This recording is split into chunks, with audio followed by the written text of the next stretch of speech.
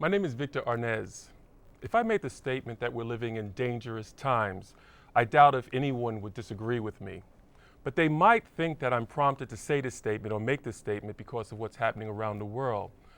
But let me complete the statement. These are dangerous times or perilous times for black men in America. I'm in New York City, and what's happening here is something that people are very familiar with. They're familiar with police brutality. They're familiar with black on black crime. But the question that we want to address today is when we have to look to people like the police or other authorities to protect us, when we have to look to them and then be abused by them and have fear of them, is there any recourse? Is there anywhere to turn? Is there any protocol that we are supposed to follow? We're going to discuss that and a couple of other things. I have a guest with me today, Earl Gardner, who has a very, very interesting story of something that happened to him in Atlantic City a couple of years ago. Let me introduce my guest today, Earl Gardner. How are you doing? I'm still in one piece. I'm doing very well. Great. I want you to tell us about this incident that has taken place. And the thing that I found very interesting was that you understand or recognize that in any department, any police force, army, or whatever, there are things that could take place that might seem to be abusive, but with the proper investigation, you might find out that maybe it was or it wasn't. But at least there's some place to go to have an investigation to take place so people could find out what actually happened. We find out that that's not true in all cases. Tell us a little bit about what happened to you. How many years ago was that, first of all? It's coming up on now 1992, coming on 12 years now. 12 years ago. Since I was attacked by the police. It was shortly after the Rodney King situation where they physically beat him and left marks on him that were indicative of the beating. So the cops changed their tactics or went to a tactic that they had been using before in the past, and this tactic where they're able to abuse and torture you and it doesn't leave any marks on your body. And this is what happened to you? This is what happened to me. They physically crushed me by piling up 5 or 6 grown men on my body after I was handcuffed behind my back, making it physically impossible for me to aspirate my lungs and open them up and breathe because they were lying on my top of my chest. Why don't we start from the beginning? Tell us why were you in Atlantic City? How did everything happen? I went to Atlantic City with a teammate of mine from high school. We had graduated by then. I was 21, named James Ferrazzo. He was a Marine recruit, and the recruiting office of the Marines was going on a trip to Atlantic City, and they asked me to go. We went to Atlantic City. My friends were both under 21, and they were unsure as to whether or not they'd be allowed in the casino. So we had some drinks before we left for Atlantic City, and once we got on the bus, they allowed us to have some more drinks. We had some drinks going down. This was a nighttime event. And how old were you at the time? I was 21. Okay. And but I wasn't really a gambler. I was going to, like I said, mainly to hang out in the casino and get some more free drinks. I had been there before, and there was never a problem. But I knew I didn't have any ID. I didn't have any good ID. I'm from Alabama. My license was lost, and all I had was a photocopy of it and my Social Security card. And so I was preparing for trouble on the way, just in case, because it wasn't sufficient. It wasn't good enough. I knew that. And we went to Atlantic City. The bus arrived. Went in the bus lobby. Went across, up over to the casino to cash in my voucher for the quarters. And before I could reach the cashier, 2 security guards approached me and asked me for ID, and I didn't think anything of it. Now, is this usual when you walk into the casino? You said you've been there before. Sure. Would guards approach you and ask for ID? Strangely enough, it never happened before. I've been in casinos since I was 14 years old with my grandmother and great aunts. I always looked older. I had been being served in bars since I was 15. It never was a problem. But they had a commercial on TV in New York that said if you were caught in the casinos gambling and you were under 21, you could be arrested. So I was more concerned with the gambling aspect of it. And when they looked at my ID, and looked at the photocopy, they quite frankly said, this is not good enough, you'll have to leave, which didn't really cause any problems because I had prepared for that. And so I said, okay. Where were your 2 friends at this time?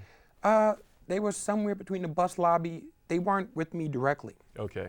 People were filing out of the bus, getting their vouchers, heading toward the casino. Okay. We weren't walking in together, but there was a line somewhere ahead, somewhere behind.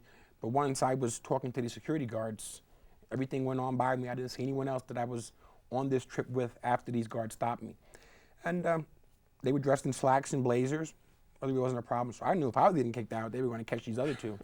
So when they told me, I turned to the left and I walked away from the casino off to one of the corridors toward the lobby to leave. And upon that time, when I was walking to the doors to get out, the doors opened up. They were smoky glass doors. They opened up, and 6 cops from the Atlantic City Police Department came in. It was 1 cop, and there were 2 cops behind him, and 3 cops behind those 2 cops. Came in like a phalanx. They weren't rushing. They just came in, and I didn't think anything of it. And I was on my way out, and someone yelled, "That's him." And I was still walking out, and I looked around to see, where was "That's him." I looked around, and I didn't see anything going on. When I turned back around, the cops were right in front of me. Oh, you were "That's him." That's him. And I had noticed that the security guards were up the corridor a ways, where they had followed me and made sure that I was leaving. And all of this was like, the cop said to me, "Do you have any ID?" And I said, "No, but I can prove who I am." Usually I give them my social security number, and my name is Alishame Earl Gardner. It's so unique with my address, and that's usually sufficient. I mean, I traveled all over the country driving in my car and just told the cop that, and they ran it, and that's been enough. But apparently the cop said, he was standing in front of me, just 1 cop, and he said, "Come with us." And I asked him, "Come with you where?" And they didn't say anything, and he motioned and grabbed my elbow like he was going to take me somewhere, and he said, "Come with us," and he moved, and I didn't move, and he just went on without me about a step, and then he turned around back and came to me, and he grabbed my left wrist, and he put a handcuff on it and pulled it behind me, and he pulled my right wrist behind me, and he handcuffed that one. And I was standing in the middle of the lobby. Next thing you know, I was handcuffed behind my back. And I'm asking the cops, "What's this about? What have I done?" And no one said anything after that point for quite a while. The cops got alongside of me to escort me out, and I fell to the floor. Okay, before we get to that point, you said someone screamed, "There he is." Do you know if it was the guards? Was it someone just? Do you have any idea? I didn't see him when they said it, but it was a male voice, and it sounded like the guards. When I turned around, it was the 2 guards. The guards are the ones. I swore to that in the court of law. It's a possibility. So far as when the policemen were coming in, you said, did they look like they were coming in responding to a call? No, or they didn't. No, they didn't.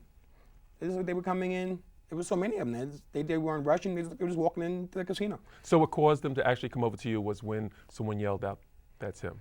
At that point in time, that's what I thought. But as later found out, I know a lot about the case because I'm the person that investigated the case and served subpoenas and got information that I would have had no way of knowing about.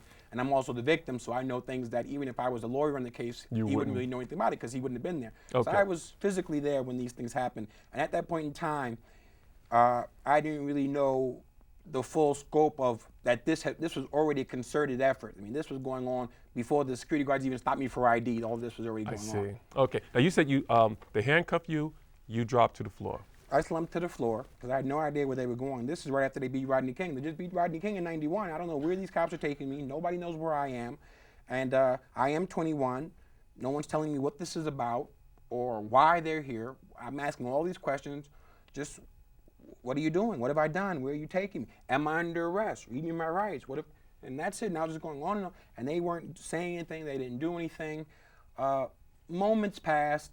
I was about 3 inches off the ground. And then the cops lined up alongside of me, 3 on each side, and they picked me up. And I was about 6 inches off the ground the whole way. All I could see was the black marble floor. And I saw a door jam, and looked like we were outside. But I couldn't tell if we went outside, or I couldn't tell where we were going because I only could see the floor. And next thing I knew, I was flipped over onto my back, onto a bed in a little small room. In this little small, okay. I had no idea where I was at that point in time. I just knew I was on a bed, and then I saw like the cops were right on top of me, but behind them it was white. And they were piling on top of me on the bed while I was handcuffed behind my back. And it was just more and more weight and pressure, and I couldn't breathe, and I couldn't talk, and the weight was just so much, and I was saying, "I can't breathe, I can't breathe." And as I was saying, "I can't breathe," I thought it was a pillow at the time, but it wound up being a towel. It came out of apparently nowhere, and it just suffocated my whole face. And my tongue was caught in my teeth at that point in time when I was saying I can't breathe. And they made me bite off my tongue, but they were applying so much pressure to suffocate me. I believe I was dead, but I definitely lost consciousness. And the next thing I know, it was about a half an hour later, and it was like lightning hit my body.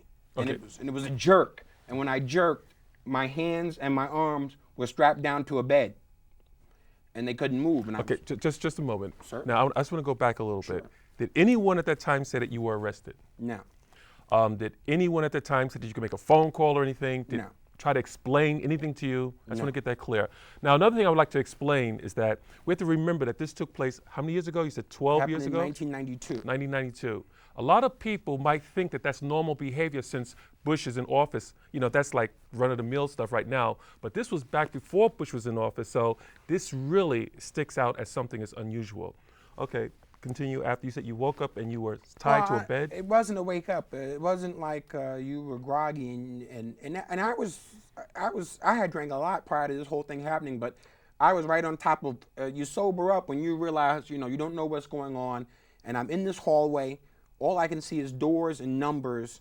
I don't know where I am. I could be in the basement of somewhere. I don't know whether I'm still in a hotel or a police station. I have no idea where I am. I have no idea how I got there. I'm just strapped to this bed. My clothes are torn and blood-stained. I'm missing the arm of my sleeve, and I was handcuffed. I have my sleeves. And I see a clock on the wall. It's an analog clock with the hands. So it's around 12:30. And that whole thing happened around 12:05, so it was like a half an hour distance. I was out. I don't remember anything from that whole half an hour because I believed that I was dead and the hospital revived me. I was definitely unconscious. And when I came to strapped to this bed in this hallway, soon after that, it was right where two hallways intersect. And I really couldn't see down the hallways on either side of me. So it was like three doorways around me. All of a sudden, two cops came and they stood in this doorway. And then two cops came and they stood in that doorway. And another two cops came and they stood in the doorway behind me. So there was 6 cops all around me in the doorways. So this is how I know it was 6 cops, because 3 times 2 is 6. And then one of the cops said to me, "Are you going to be nice and give the nurse some blood?" Just a moment. You said that if originally they put you in a room, it was a small room. I thought it was a room, but it wound up that it was an ambulance. Okay. I didn't know it was an ambulance until after I subpoenaed and got the ambulance. Right, because they were I was only on the ground. I didn't even know. So the bed that you were in probably was a portable bed or something? Yeah, first one, yes. Okay. And the second one was a hospital stretcher. It was wider with the rails on the side, and it had the leather straps already on it. But were you in the hospital? At this point you don't know that. I didn't know it was in the hospital. There's Okay. a hallway with doors and numbers, and they were plain doors and numbers. It wasn't like medical equipment in the hallway. Okay. It was just a hallway, and it's just one bed, and there was a clock, and there wasn't any markings that let me know it was a hospital, Okay. nor was I sick. So I didn't know why I would even be in the hospital. Okay. So the cops also have these tactics where they ask you 2 different questions at the same time, or they give you 2 different commands at the same time. So this way you're never in compliance. Like they'll say, "Freeze, put your hands up." Well, do you want me to freeze or put my hands up? One or the other. Or they'll grab your bag and they'll say, "Do you mind? Can I search your bag?" Well, that's yes, I mind. No, you can't search my bag. So you'll just say yes or no, and they'll do it. So when the cop said to me, "Are you going to be nice?" That's one question. "And give the nurse some blood?" That's the second question. I had to make a definitive, declarative statement. No, I'm not going to give the nurse any blood. If you take blood from me, it'll be against my will. It's just like yes or no. Because maybe I don't know if they're recording this or this is, I don't have any idea. So soon after I said that, the cops just lined up on either side of the bed, 3 on either side, and there was a phlebotomist. I thought it was a nurse. She looked like a nurse, but like it was a phlebotomist. It's the same person. She just takes the blood. That's her specific task. They lined up on the side of the bed. They jumped on top of me on the bed. Then I was stuck with a needle. I didn't know whether they were putting drugs into me or taking blood out. And then I was suffocated again while I was already strapped to this bed, and these grown men were lying across my body. At that time, it was 12:40 a.m. I didn't even know whether it was AM or PM. It just was an analog clock with the hands on it. But I saw this clock. They were trying to kill me. I remember that this was 12:30, 12:40 a.m. And everyone left, and I didn't see anyone else after that till about 9 o'clock in the morning. And I was yelling and screaming, yelling. Nobody came just tell me where I was at or how I got there or what was going on. At this point, you're not in the hallway any longer. I was still in the hallway. Still- Stayed in the hallway the whole time, yelling and screaming. Nobody didn't see anybody after they all left. Nobody came and told me where I was at, how long I was going to be there, how I got there, why I was there. There's no indication of what floor you were on or nothing? No windows. Okay. And that was an analog clock. I couldn't tell whether couldn't tell whether it was AM or PM. How about announcements? Like usually in a hospital or other institutions, there's announcements and loudspeaker. There were no announcements. There was no way to know where I was at. My only thing was, I was fearing I was going to die, and no one was going to know where I was at or how I got killed or what happened to me. And that's pretty much what they made it look like. And we're here now hoping that people realize what has been going on and what's continuing to go on.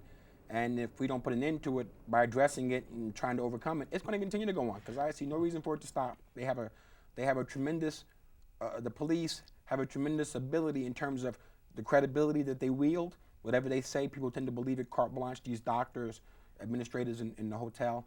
And the cops are actually very, very wealthy. They have millions of dollars to spend, but they only can spend it on an attorney. Oh, you mean the police department itself? Yes. Each police officer, their unions pay for their defense, and their boss is a municipality. So when you go up against when they attack you, you have to sue them. Their lawyers get $400 an hour, and each cop is get representation by these people. It's almost impossible for you to get legal redress because they outspend you. They just have the money to spend on an attorney, coupled with the credibility of the badge. It's almost insurmountable. That's probably why they were so angry at OJ. He probably had enough money to kind of counterbalance their money. I put my little 2 cents in here every once in a while, you can see. What I wanted to ask you is that now, the next day, you said about 9 o'clock, 8 o'clock? What happened then? I spoke to a security guard. I told him what happened. He said that the cops told him what happened too. He thought they were joking. Well, the security guard came up to the hallway? The security guard from the hospital was talking to me while I was strapped to the bed. And he was from the hospital. He had nothing to do with it. He was just a black guy who's working at the hospital. But he just came up. I mean, like when you get up that morning, well, you were still tied to the bed, strapped to the bed. He just walked up, or did you call him? What happened? People just walked up to me. I had no control over anything. Then the morning nurse came and asked me what happened, and they started to figure out that I was in a hospital. They told me, they said if I'd be nice, they'd unlock the restraints and let me go to the restroom. They made me sign myself out, sign some forms and documents, and then they released me. And it was like 10 o'clock in the morning, and that was it. That was it? That was it. They just let me go, and the police weren't there. How about the blood? You said there was blood on your clothes. There was blood on my shirt, and it's a hospital. That didn't strike me as anything unusual, that person would have blood on them. And the guard that I told my story to immediately after it happened, he thought he believed me because the cops told him the same story, but they told it in a joking vernacular, and he thought they were joking until I told him, no, that's what they did. They suffocated me, and that's what happened. The story. So I know I hadn't done anything wrong. No one said I did anything wrong. I didn't get a ticket. I never saw a police precinct. Never was arrested. Okay. Tell me. You got to tell me. What did you think? You're released. You walk out of the hospital. What was going through your mind? What did you say you had to do? Did you say you're just going to forget the matter? You were so happy to be out of there, or were you angry? What did you feel? I said, people tried to kill me. I said, this is outrageous. I said, this is real. This is not some mistake. Somebody was frightened. This was people trying to kill somebody and get away with it. They suffocated me because it wouldn't leave any marks on my body. And if I wound up dead, there's no marks on your body. You died. They can write you off. If you die without marks on your body, the last thing anyone would ever suspect is that the police had anything to do with it. Well, why would they, if they were trying to kill you, why didn't they kill you then? They could have. They had the opportunity. Didn't care. Yeah, well, me living, me dying to them, it's just no difference to them. It's no difference to them. My life means nothing to them. This is 12 years of my life. One would say that my life is ruined, but my mission is to make sure that people out there know all the deaths in police custody aren't even attributed to deaths in police custody. My situation, there's no police records of this incident. Right. The hospital didn't mark down that 6 cops came to the hospital. The hospital records indicate that I died of alcohol poisoning. I drank too much, and I didn't stop breathing. I just had depressed breathing. And when I came out of this, I said, I have to get an attorney. They they got off on the Rodney King case because they said they were trying to handcuff him. And I'm saying, well, they handcuffed me. I didn't resist these people. I didn't do anything to resist them at all. Okay, this is where the story actually intensifies, so far as I'm concerned. It's when something like this happens to you, different variations of this would happen to a person. What can you do? What should you do? Some people, after getting out of a situation like that, they might feel so happy, relieved to be out of that situation that they might go and try to forget it, put it behind them. Others might be angry and try to find other ways to express this. Another thing I want to mention, to be fair to police officers and other people that we look to guard us, to protect us, being human too, they have procedures they have to follow.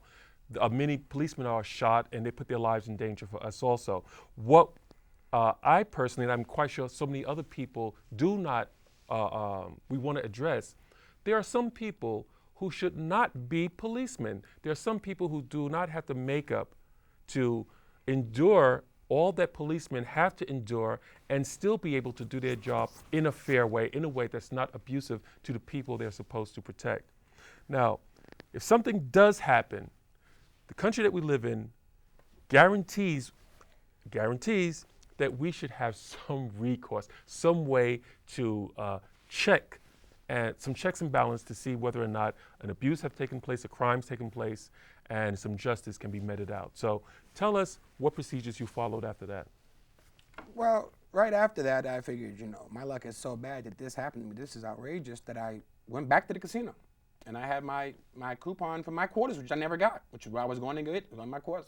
So I went back to the casino and got my quarters. And I was dragging my leg. I was stuttering because my tongue was swollen up. I was covered with blood. I was missing a sleeve. I was dragging a foot. No one stopped me. No one said anything to me. And I walked up to the casino and I got my quarters and I went and played the slot machines because that's what I was there to do.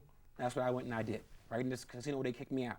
Then after that, I went and I got the bus back, talking to myself, going, I thought I was nuts. And at this point in time, I still hadn't known about being in the ambulance. I didn't know about necessarily all that had happened that I'm going to tell you in a moment. And I went back and I got up at 42nd Street and I went to a friend's house immediately who lives in Penn Station South, the late, great, famous Serge Gerstein, who was a production manager for Marcel Marceau and Samuel Beckett, among other noted authors and playwrights. And his wife, Phyllis, and their son, Peter, who I went to school with, and they saw me with my tongue swollen and my shirt missing and all disheveled as I was. And, they calmed me down and, they believed me because they saw the physical remains, what little there was of this incident. And immediately I knew that I was going to have to find an attorney, and hopefully an attorney would help me address this legally, and of course, fill out various complaints. Right. Which, ultimately, I called an attorney, and the attorney said, bring him. He asked me for $2,000 as a retainer and the medical records, which wasn't that difficult. So the Gersteins, who, God bless them, thank them very much, they gave me $2,000 because we didn't have $2,000. And they saw that this was real, this really happened. They knew that I wasn't joking. And I called an attorney in Cherry Hill, New Jersey, and I got the medical records. And when I went to the attorney with the medical records and the retainer, and this is shortly after this whole incident happened, he took one look at the medical records and almost laughed at me. He almost laughed at me because the story that I tell, the cops were there, they jumped on me in the bed. It was about 12:30, 12:40. The nurse took the blood. That's 12:30, 12:40. That's the story that I tell from the beginning. Right. The hospital records say that the blood was drawn at 6:30 in the morning. Don't know where this came from or how it got to be there. Aside from, and also the records don't indicate the cops were even in the hospital. So the medical records are made up of two parts, subjective and objective. The subjective part is where the doctor looks at you and makes assumptions about you based on what he sees. What he sees, right. All right? And the objective portion is the toxicology report. That's supposed to be just a blind test and, time and blood alcohol. Doesn't matter who you are, and that should come out. And I'm telling you it happened at 12:30, 12:40. The records say 6 a.m. So apparently one of us is wrong. Correct. Right. And since these are medical records and this is a hospital, and I'm a black man, the credibility fell up to them. And it was shocking. It was just unbelievable. And at that point in time, I was thinking, well, maybe I am crazy. Because how could these records be so off? Or maybe the clock that you were looking at. I didn't know if it was 12 a.m. or p.m., but I knew that it was 12:30, 12:40. Is it It a wasn't possibility 6:30 that could have a.m. been wrong, or? It was a possibility that Yeah. clock could have been wrong, all right? So soon after that, I went and I talked to the doctor whose name is on the medical records. Right. The name is Dr. Sabatini V. His middle initials put at the end. I thought it was Dr. Louis Sabatini V. It seems minuscule until you try to subpoena somebody Right. with the wrong name. They can bob and weave, which is what they did for years, because I said Louis Sabatini V. His name was Louis V. Sabatini. So when I was subpoena them, they would just say we don't know who he is. Well, he doesn't work here. And they didn't try to correct it, because that Right. would help me talk to him. But I talked to him first without a subpoena. I just walked up to the doctor shortly after this happened, about March of '93. By that time, I had already filed the lawsuit on my own, because the lawyers Against whom? against Atlantic City, the police department, the hospital, and Caesars. Everyone I had came in contact with that night. Caesars had it dismissed because my case didn't state enough that they did to hold them accountable. Right. But it was my first case. I had no, you can make the accusations broad to encompass a lot of people and a lot of things. I didn't know that. I only was able to write about what I saw and knew, which was Right. very limited at that time. So they were able to escape. But the main focus was the police. They're the ones that attacked me. And I went to the hospital after this happened, and I talked to the doctor. And the doctor said, I remember you. And the doctor said that they took the blood at 12:30, 12:40. So I see. now the doctor said that, and that's the way I remembered it. Now, the clock could have been wrong, but I'm thinking now more the records are wrong. And I asked the doctor to call my attorney so that he would know that the records are wrong and it wasn't I. And he refused. He said, I'm not going to say anything else about this unless I'm subpoenaed. And that's what he said, and pretty much that's what he did. It took Right. me almost 2 years, again, to get him subpoenaed. And this is ultimately how I know that this case was never investigated by any of the criminal authorities, regardless of what they say. And Who did you ask to investigate this? I filed complaints with the Internal Affairs Division of the ACPD.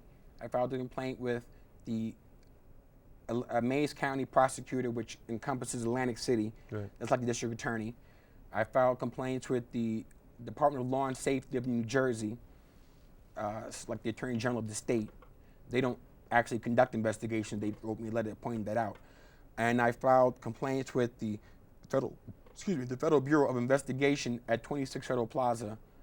At that point in time, the agent was a Hispanic agent, and he told me quite frankly, and to tell me that, don't count on the FBI to give redress in this matter, because your case, as far as they're concerned, the FBI, other than himself, doesn't rise to a level of investigation. You're not in a coma, you're not dead. Look on the bright side. People are dying and in a coma and they're trying to investigate these cases. And I took that, I thought, well, great. I'm not going to be able to sit back and think someone else is going to handle this for me. I better do as much as I can do and let them do what they're going to do, and hopefully I can have something to help them Right. when they've done. So I went on, and the people, they shuffled papers for a while. It all boiled down to the county prosecutor of Atlantic County, of Mays County. It all boiled down to him. All the investigations boiled down to his office. Right. And his office wrote me a letter in '94 saying that that they dismissed my case administratively because I told them that it happened in '93. It happened in '92. So they dismissed the case supposedly because I lied. Now, Wait, it did happen in '92? It happened in '92. Oh, because I think you did say '93 earlier. It happened in '92. Yes, I spoke to the doctor in '93. The Oh, okay. case, my civil case was filed in '92. The medical records had '92 on them. The hotel records had '92 on it. Everything had '92 on it. And I even spoke to their office before the date. It happened September 19th, 1992. Okay. I spoke to their office before September 19th in '93. So it was a pickled herring. The fact that it never happened in '93. I never said it happened in '93. And for them to say that it was just they were never going to investigate it, this is their false objection why they're not investigating it. But Let me ask you. certainly. Okay. When did you first come to the realization that, Okay, fine. Either nothing's going to happen or something will happen. When did you come to that point? I mean, you did a lot of work yourself. You asked a lot of other people. You filed complaints to do work. When did you come to the point of realizing that this case is really not going anywhere? Oh, it was never going anywhere unless I did something, because these people. I mean, even after you started. I mean, right now. Oh, it was. Oh, the case was always going somewhere. My civil case was always going somewhere. The criminal case, I had no control over that. I still don't. I'm hoping that I can get some help from the federal authorities, Senator Clinton, Senator Schumer. I was in the process of getting help from D'Amato and Moynihan, but D'Amato was voted out so that Clinton could get another vote to avoid impeachment, and Moynihan retired so that Clinton could get the New York Senate seat, and here I am back at square one. So this is going to take a definite concerted effort to bring the people to task who never investigated this in the first place. Although they say they did, Okay. the